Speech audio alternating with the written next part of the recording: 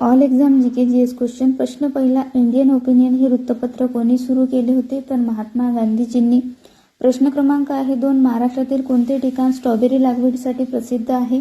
तर महाबळेश्वर हे ठिकाण.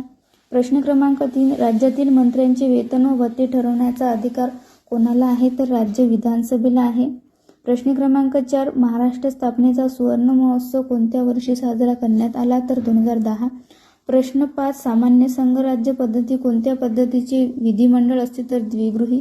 प्रश्न 6, वैयक्तिक सत्याग्रहाचे पहिले सत्याग्रही कोण होते? तर विनोबा भावे होते. प्रश्न 7, भारतातील पहिली महानगरपालिका कोणती? तर मद्रास. प्रश्न क्रमांक 8, जम्मू व काश्मीर येथे कोणते नृत्य प्रसिद्ध आहे? तर रौफ हे नृत्य प्रसिद्ध आहे.